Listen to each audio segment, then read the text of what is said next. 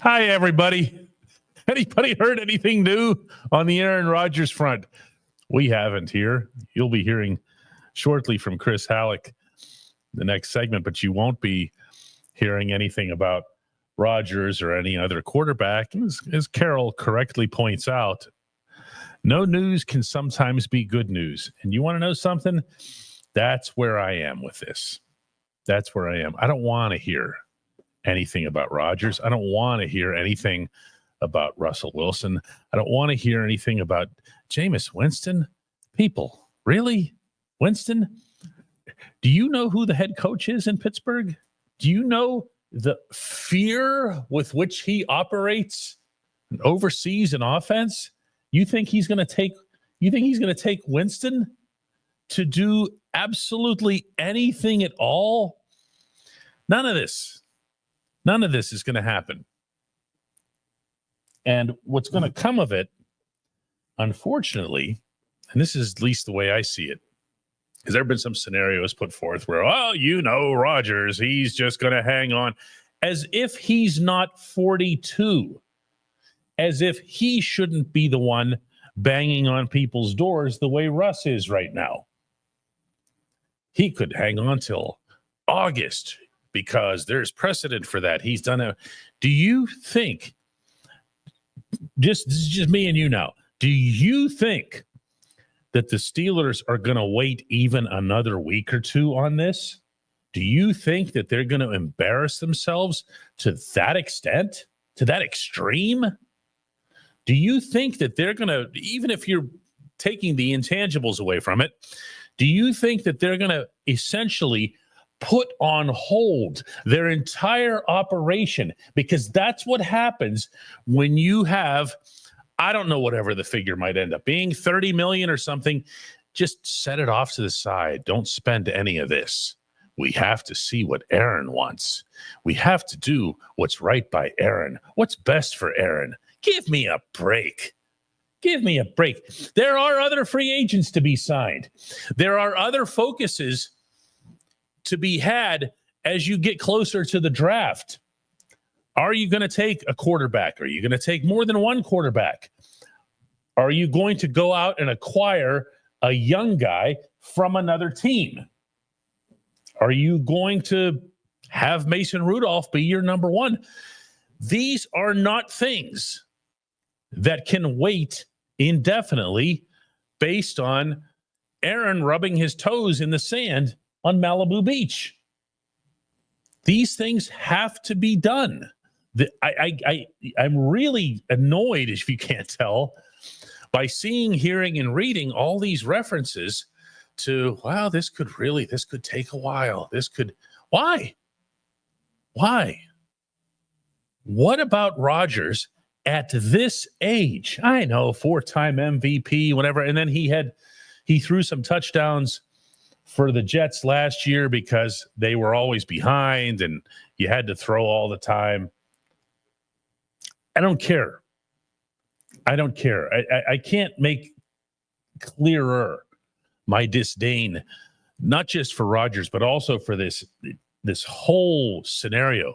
This has to come to an end. Not for me and you, okay? Speaking respectfully to you here, you don't matter. I know I don't matter. What the overall impression is, what the rest of the football world thinks, doesn't matter. So when I'm referring to embarrassing, I'm not talking about the Steelers actually feeling embarrassed or being embarrassed on the national stage or anything like that. That's not what I'm referencing here. I'm saying that what they're doing is embarrassing, meaning it's an embarrassing act unto itself. Come up with a quarterback plan.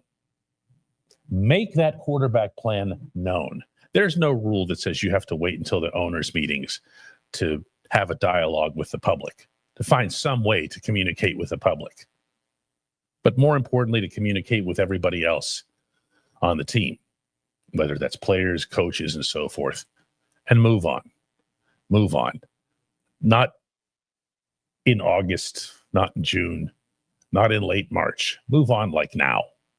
When we come back, we'll in fact be joined by Chris. At DK Pittsburgh Sports, we take pride in coverage that connects our city's fans to their favorite teams.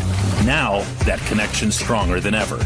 Introducing our all-new state-of-the-art app. Find expert inside reporting and original podcasts. Check live box scores. Track the latest stats. Chat it up with our community of thousands of fans, all in one place. The new app from DK Pittsburgh Sports. Coverage that connects.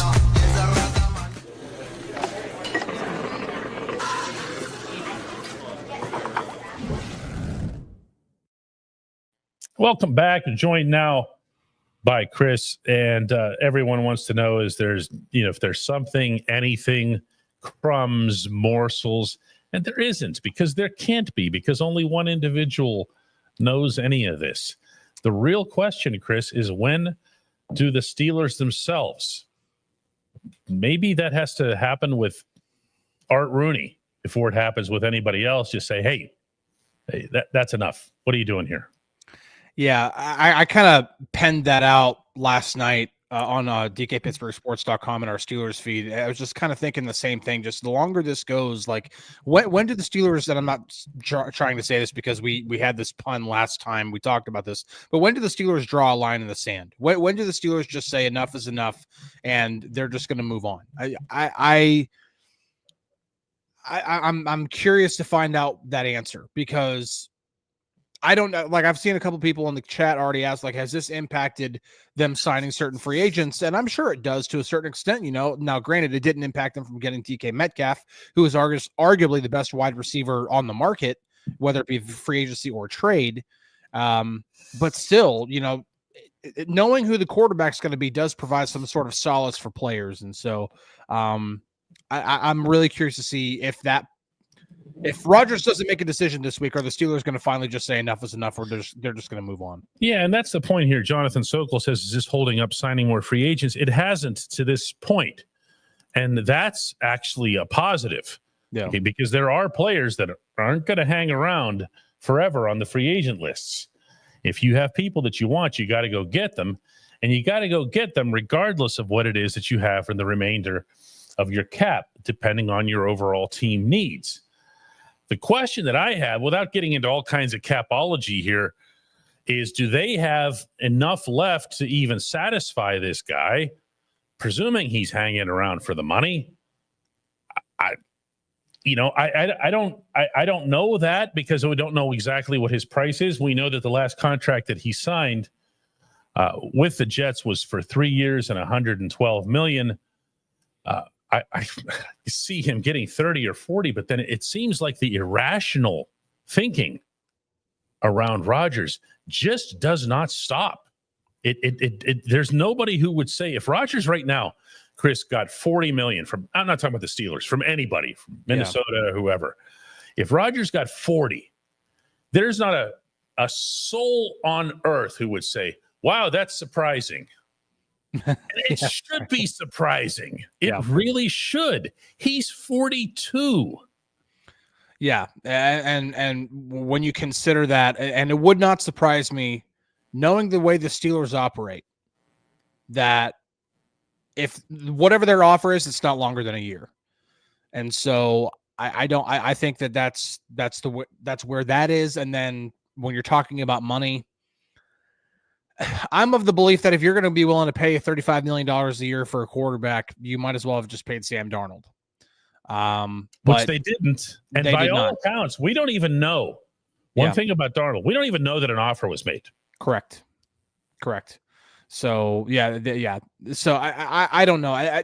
Again, the longer this goes, it's just got to be, they have to have a belief that if Aaron Rodgers signs with them and he's the quarterback, that they have a better chance to compete than with anybody else that they could possibly get right now.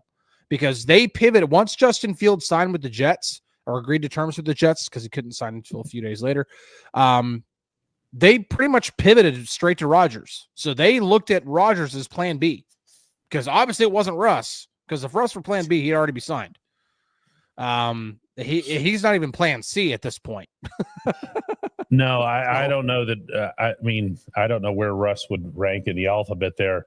but it would be closer to the X's and the Y's and the Z's than anywhere else here. Simon says, DK, have you ever seen so much anticipation and hope that a particular player doesn't sign? I love that. I mean, are we misgauging this? Because sometimes I wonder about that, because being real here, when you have a program like this watched by a lot of people, it can be influential. It isn't always. And sometimes people will vocally disagree with me or you or both. Yeah. But I try to keep that in mind when weighing that. When I look at these comments every day, it is just again and again and again. Nobody wants this player. Now, not that the Steelers have to, put their finger up to the wind to see what the public wants as far as a quarterback. But if they are under any impression at any level of the organization that they need to make a quarterback move for some sort of public consumption or whatever, no. Yeah. Everything that I get, not everything, most of everything that I get looks like this from Denny. I'm ready to ride with Rudolph. Let Mason rip. The next one is a vulgar one aimed at Rodgers. We'll skip that one here. I necessarily disagree. Yeah. I want nothing to do with this whole scenario. David says the fans matter. We pay the salary of them. No, respectfully. Okay. You don't pay their salaries. And the fans matter only to the extent that the fans are the consumers of the product. I never want fans making personnel decisions or influencing personnel decisions, because all that tells me is that the management of my favorite team is just a complete joke. So I would never, ever, ever, ever want that. There's no setting in which that's a positive.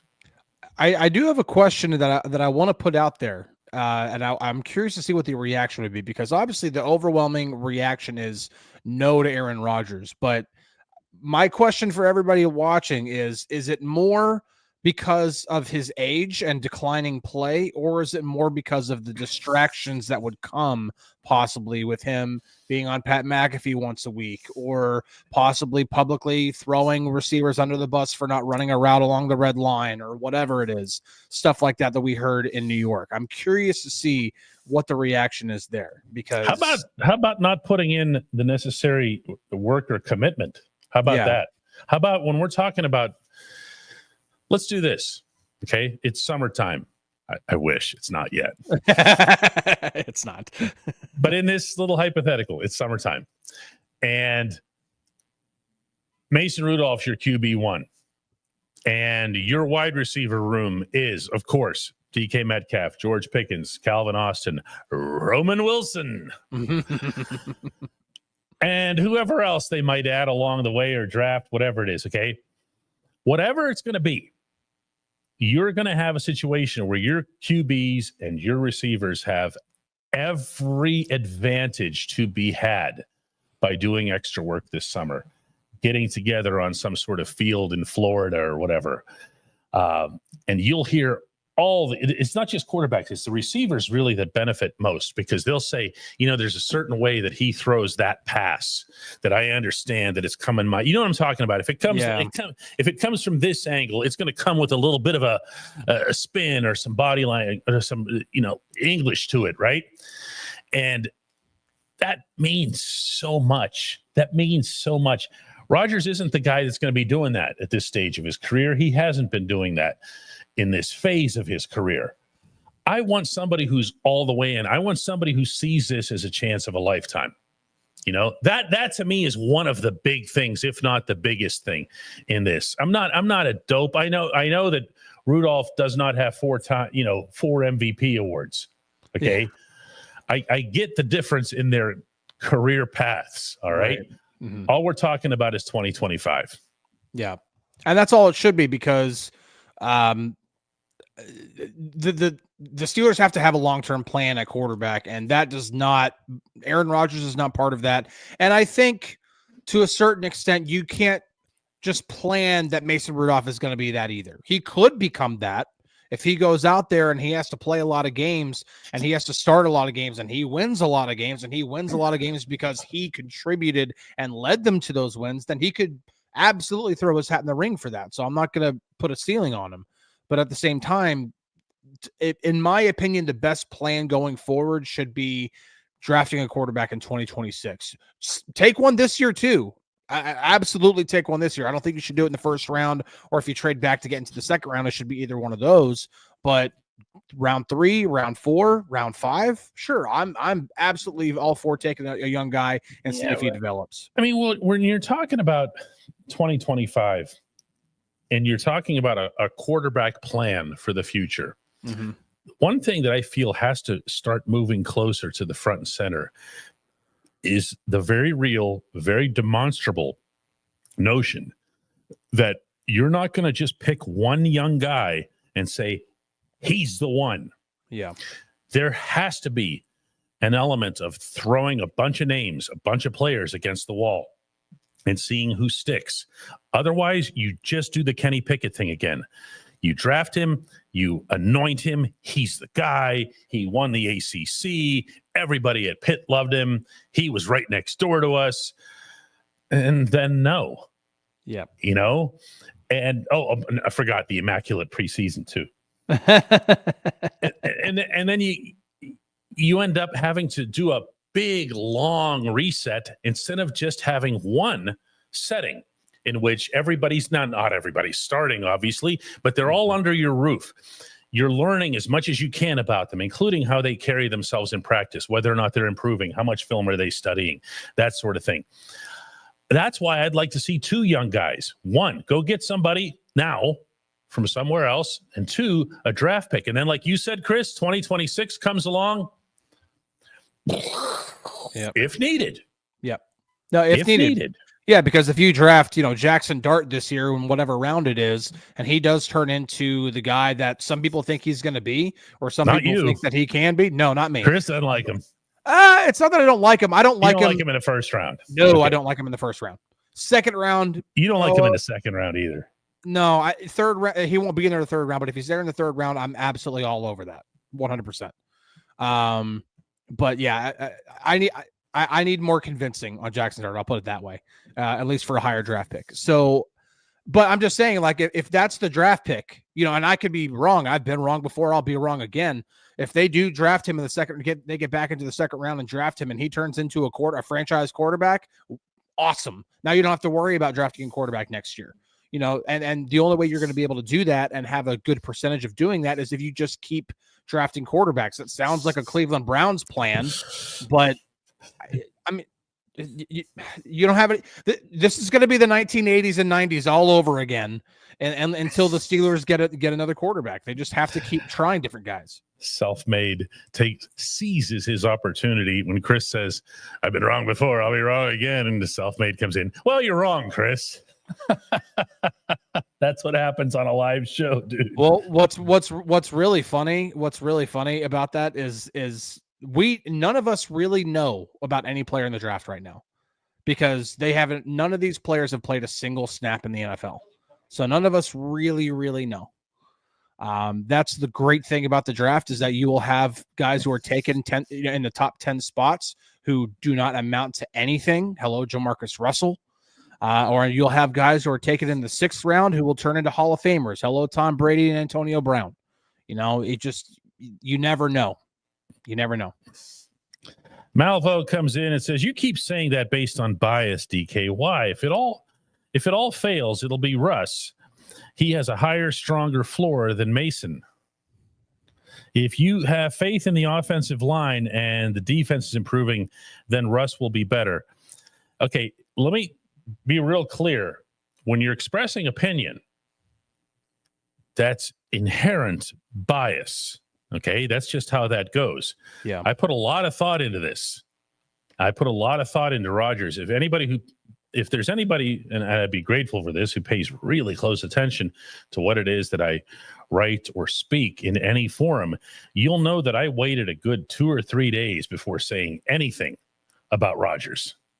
And the reason for that is I put some work in. And I wanted to see what his history was, what his background was, what were the relationships that he had with the Jets, what was his performance, what were the signs of decline, what was the injury run. All of this went into that, and that creates the opinion, which you can categorize as bias if you happen to choose. Okay? This is as simple as that. This is not being done in a vacuum. None of this. Okay, meaning from the Steelers' perspective, there's a lot of different variables in this. It's not about just taking the picture or that you want to take at this moment in time. Here, Phil says, you're not wrong, DK. Nobody wants Rodgers. John gets ridiculous and says, is Flacco available? He is available, technically, yes. So if the Steelers wanted him, they could get him. Hyde and Daddy says the most hilarious possible outcome is that Russ signs with the Browns and Kenny Pickett ends up in the camp battle that he was scared of in Pittsburgh. That would actually be really funny. Kenny would have learned his lesson on that front. Stay where you are and fight. Simple as that. Yeah. Lyle says that Mike Tomlin has trouble judging quarterbacks, so he wants Rodgers. Let's pause on this one for a second. Is it that he has trouble judging them, Chris, or is that he just leans toward the older guy because he prefers to have no maintenance at the position because that's all he ever knew when he had Ben? He never had to worry about the quarterbacks. That's why I understand that I say some things sometimes that are going to rub people the wrong way, but I do not get the notion that Mike Tomlin can't develop quarterbacks. For the vast, to your point, for the vast majority of his head coaching tenure in Pittsburgh, he had Ben Roethlisberger. From 2007 to 2021, he had one quarterback. Right.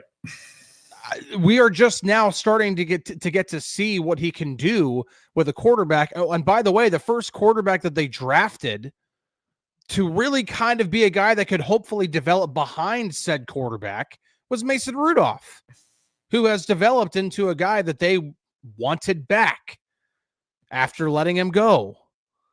Now, we could talk about Kenny Pickett all day, and we could definitely say that draft pick is a failure, but I can guarantee you, none of you believe me on this, but I can guarantee you that is not all on Mike Tomlin. 1,000%, and not even that draft pick is 1,000% on Mike Tomlin. Zach says, ZK, would you want Aaron Rodgers to join if he settled for about $15 million, or is it just a flat out no matter what? Do we have a volume setting on this? Because I can start screaming at any second. I don't want this player in this offense at this point in time, meaning where the franchise is. I don't have any use for him. I don't have any use for what it is that he brings on or off the field. And when I say on, I'm referring to the 42-year-old version. I would like to see the Steelers build a quarterback plan and a quarterback room that is aimed at the future. No, of course, that can't be 3 children or 3 rookies. That's a great way to get killed, meaning get them killed. Okay, you need to have somebody who's a professional in there, who's in place, who can make the team better, who can rally everybody around him. I think, just my opinion, you have that player already. And also someone who would be not just willing, but eager, maybe the most eager ever NFL starting quarterback to share stuff with his backups and make them better, given his own history here that went in the other direction in Mason. That's what I'm getting at here. Rodgers doesn't fit any part of that. So no, it's not just about the money, but I would also throw in the money.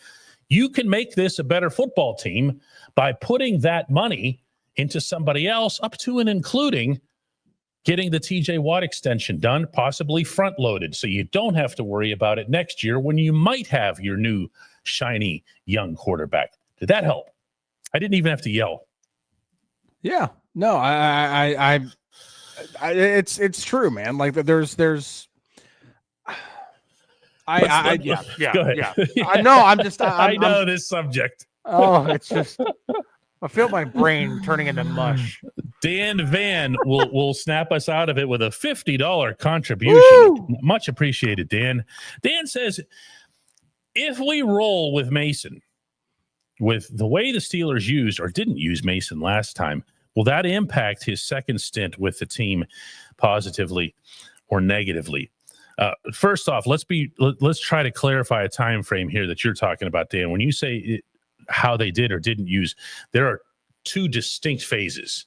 There's 2019, and then there's what he did at the end of 2023, and there's a big old gap in the middle. Mm-hmm. Okay, he did appear in the one game against Detroit, the tie, I think it was.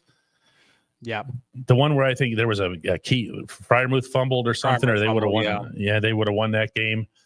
Yeah. And then somehow that ends up being a stain on Mason's record, but I digress. I guarantee I've heard that one a lot. Pat wears that one so I'm hard, sure man. He does. I'm sure he does. In this case, will that impact his second stint, meaning the current one, positively or negatively? My own conversations with Mason would powerfully suggest that they will impact him, but in a positive way, in a motivating way. Do you guys remember when he first was told he would be the starter in 2023? Do you remember how emotional he was? Do you remember he was, this is the chance I've been waiting for. I'm kind of actually doing a pretty good imitation of him. That this is the chance I've been waiting for. This is what I can't believe. This is great. All I wanted to do is get out there into that huddle and everything else. And okay, what did he do with that? Did he go out there and shiver and shake? No, he led the football team to the playoffs. And he did so by having one of the best quarterback ratings in the NFL over that 3-game span. And he didn't exactly hurt himself or his brand, if you want to call it that, up in Buffalo in the playoffs either. So will that impact him? Will that impact his stint? No. If there's any hard feelings of any kind involving anybody with Mike Tomlin, no. I mean, you guys got to remember, because I get a lot of questions about him and Tomlin. How do they get along? Whatever and that they've worked together for a long time. You got to understand that means something. Yeah. Okay. And in the world of professional sports, what was Mason drafted? 2018? Yes, 2018. I think it's 2018. Yep. This is 2025. They'll have spent 6 or 7 years together. In the National Football League, that is an eternity for a player and a head coach. And don't think for a second that Tomlin, isn't in on a signing like this. That Tomlin isn't there going, oh, yeah, Mason. Yeah, we know we're going to get out of him. Cody says, hopefully, the Steelers will get a defensive tackle at first round, a running back in the third. Oh, Cody's got the whole thing scripted. A running back in the third round. I'd rather get Curtis Roque in the fifth. Him and Jackson Dart are the same, but he's better at extending plays. First round quarterback next year. It's not a major loss to draft capital. Well, Cody comes in with $10 and Cody's ready to run the show. What do you say, Chris? You still going defensive tackle in the first round? Yeah, I mean, I understand the Steelers signed a guy from the Patriots yesterday. I'm trying to remember how to pronounce his last name. It's Ekuwali. He's been in the league for a few years. He's a big guy. Starter last year. He's not nobody. No, he was. Now it's the first time he's had extended starting time, but he had a pretty decent year. He especially in run defense. So it's not nobody, but.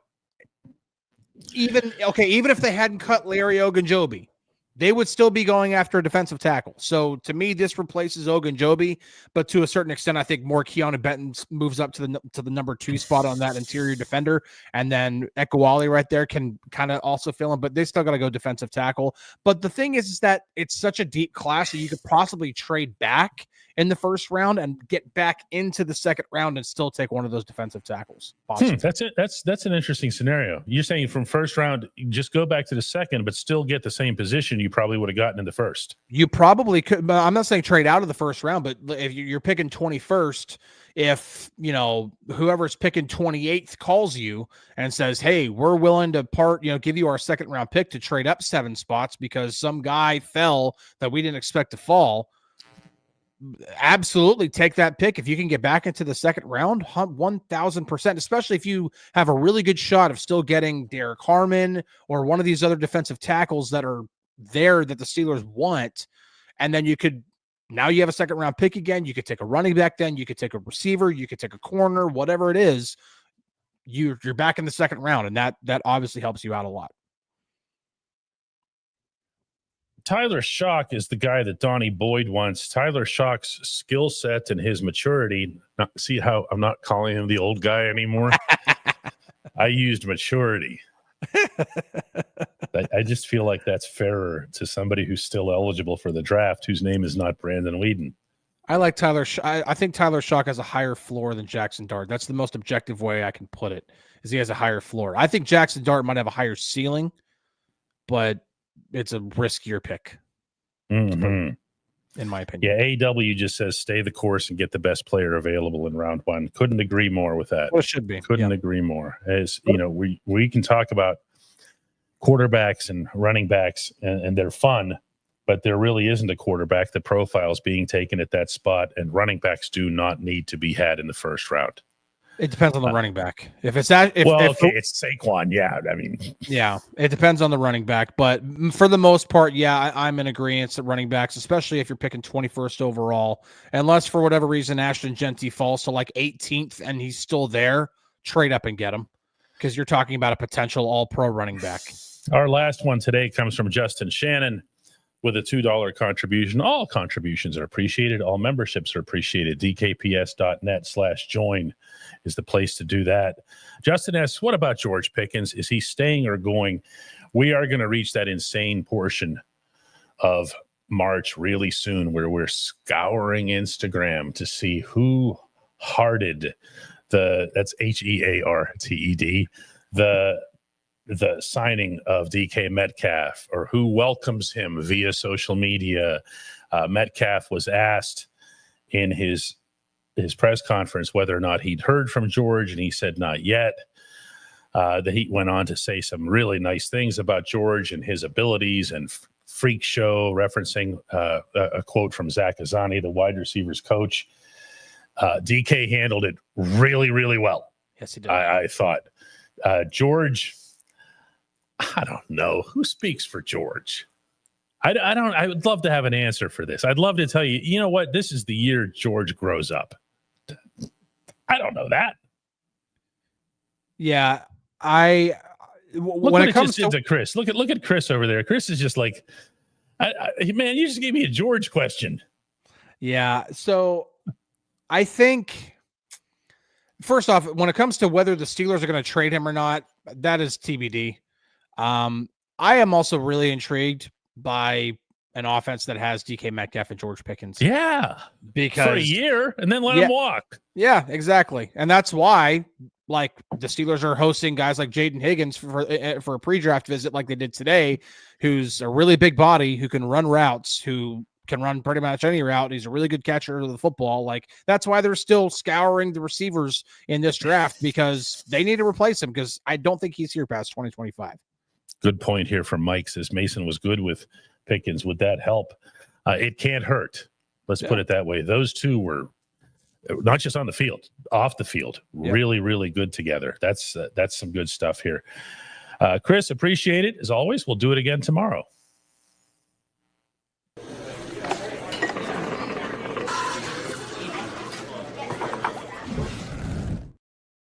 Going to take care of some business here on the YouTube channel. And that's where this show is, by the way, for the most part. We put the show out now to a lot of different platforms. We put it out onto Facebook, Twitter, Twitch. I don't even remember the whole list. But we aren't going to be doing that indefinitely. It's ultimately going to be seen only on two platforms. One of them is on YouTube, and the other one, of course, would be on our own site, DK Pittsburgh Sports. And that's one of the reasons we're trying to drive the membership up now. We're trying to get to 3,000. Whoa, the boss puts up that is that real? 1,421. We were at, here comes that math portion again. We were at 745 just a couple of weeks ago when we began this drive. We're now at 1,421.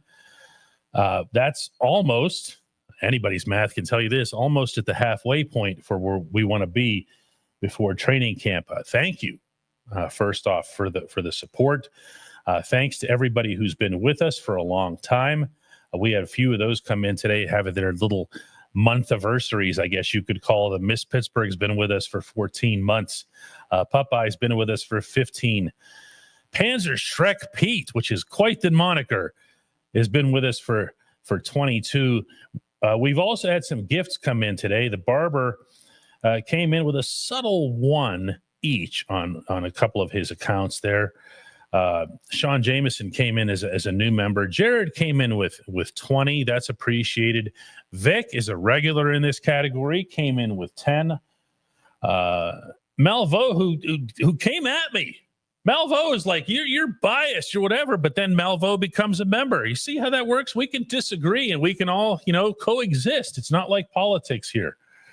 And Joe came in as a new member too. So the way you do this, I'm actually going to type this up so you can see it on your screen, is DKPS. Did I forget Stella again? Did I forget Stella twice? Yeah. I keep forgetting. All Stella does is come in with these big gift packages, and I keep forgetting her. Stella was in with 20. Come on, you. Right. And Stella also came in earlier, I noticed, with a challenge to get away from the uncle's table. That's Ramon Foster's description for people who observe DK Pittsburgh Sports content, but don't necessarily sit at the table with the grown-ups. He says you're sitting at the uncle's table because he's just that clever and witty. Here's the web address, and that's actually what it is. It's a web address for you to utilize. Go to dkps.net/join. It's right on the screen all the time. Oh, yeah, it's over there too under the goal. Look at that. Here it comes right now. dkps.net/join is the one that's up there. In other words, what I mean is you can't tap the screen or anything. Just put it up into your web address. Can you really? Join button on this. Wait, you're saying that I can I'm talking about the thing that's on our video. You can't just reach up and tap it. It's a desktop thing. No, nobody can do that on a video. Nobody can do that on anything, right? Yep, that's true. That's how they work. That's how they work. I'm being condescended over there by the boss. Oh no. All right, guys. Well, listen, thank you so much for everything. And we'll be back tomorrow with another one of these shows.